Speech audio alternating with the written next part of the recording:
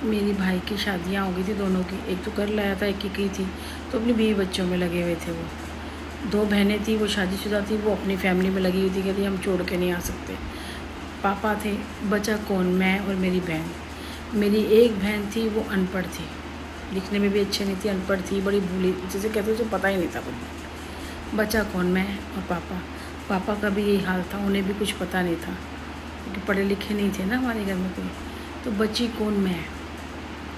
तो मुझे घर में कुछ होता था तो देखना होता था, मुझे हॉस्पिटल में जाके देखना होता था, दवाइयाँ, इवन सबका। मेरी भाभीियों के बच्चे हुए तब भी मैं ही हॉस्पिटल गई, मैं ही सब बात कर रही हूँ, मैं ही इधर उधर भाग रही हूँ। भाई बड़ा वाला भाई तो कुछ लेना देना नहीं है उसको दीन दुनिया से, वो अपनी दुनिया में, उसको पता नहीं क्या था, साइकिल प्रॉब्लम थी, क्या था मुझे नहीं पता, कोई ऊपरी चक्कर था।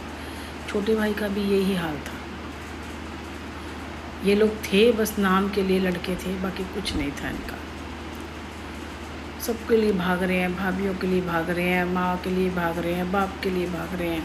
इधर वो लड़ रही हैं दोनों, पुलिस बुला रही हैं, उनको समझा रहे हैं, उधर माँ को देख रहे हैं।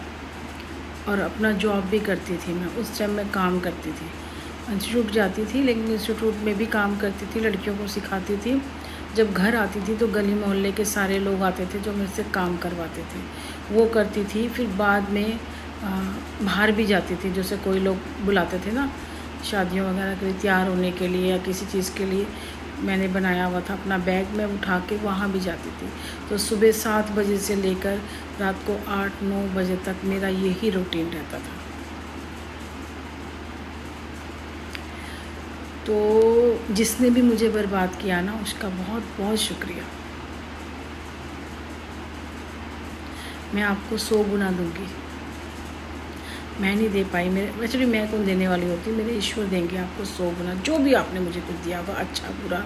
एक्चुअली मुझे पता नहीं, मुझे बुरा दिख रहा है, हो सकता है आपने मेरे को अच्छा ही दिया हो, क्योंकि हमें जो दिखता है ना, हम उसी पे रिएक्ट करते हैं, जो हमें नहीं दिखता हम उस पर रिएक्ट नहीं करेंगे। आप सोचो कि दुबई में आप चले जाओ, मैं वहाँ जाके 2-4 महीने पैसे कमा के मैं आ जाऊँ, और वहाँ कैसे पैसे कमाऊँगी ये भी आपने मुझे बताया था, मुझे सब पता है,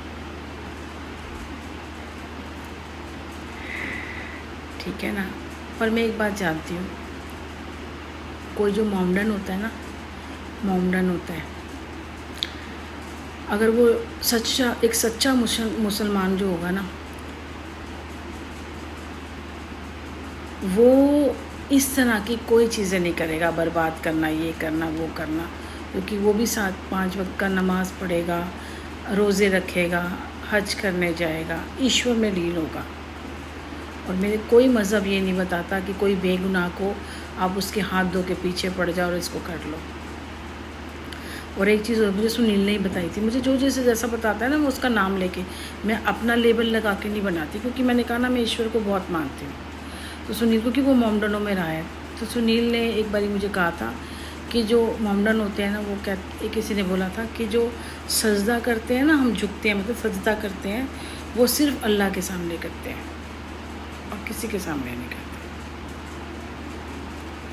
तो मुसलमान झुकता नहीं है, वो सिर्फ उस ताकत के आगे झुकेगा, बाकी किसी के आगे नहीं झुकेगा, अगर सच्चा मुसलमान होगा तो। और वो किसी के साथ गलत भी नहीं करेगा। अगर उसके घर में बहन बेटी होएगी ना, तो बाहर जो औरत होएगी ना, वो भी उसके लिए वो बहन बेटी होएगी। अगर वो प्यार करेगा ना किसी से तो ठीक है, अगर हुआ तो ठीक है, नहीं तो जाने दे। अगर बीवी आई है तो वो ये नहीं समझेगा कि उसे कैद करके, अगर उसके घर में बीवी है तो उसे वो पूरी इज़्ज़त और मान के साथ रखेगा, उसकी खुशियों के ख्याल रखेगा, एक सच्चा मुसलमान होगा। जितना मैंने देखा है, ये सुनील था ना, इसका एक दोस्त था वहाँ, ये जापान में रहता था, मेरी शादी हुई ना, उसने एक चेन और मुझे वो भेजी थी, घड़ी भेजी थी मुँह दिखाई में। तो चेन तो मैंने पहनी थी, इन्होंने स्काई में चढ़ाई थी, घड़ी थी वो ख़राब हो गई, तो वो घड़ी मुझे मिल भी नहीं रही है घर में ना, तो ख़राब हो गई थी पर मिल नहीं रही मुझे। तो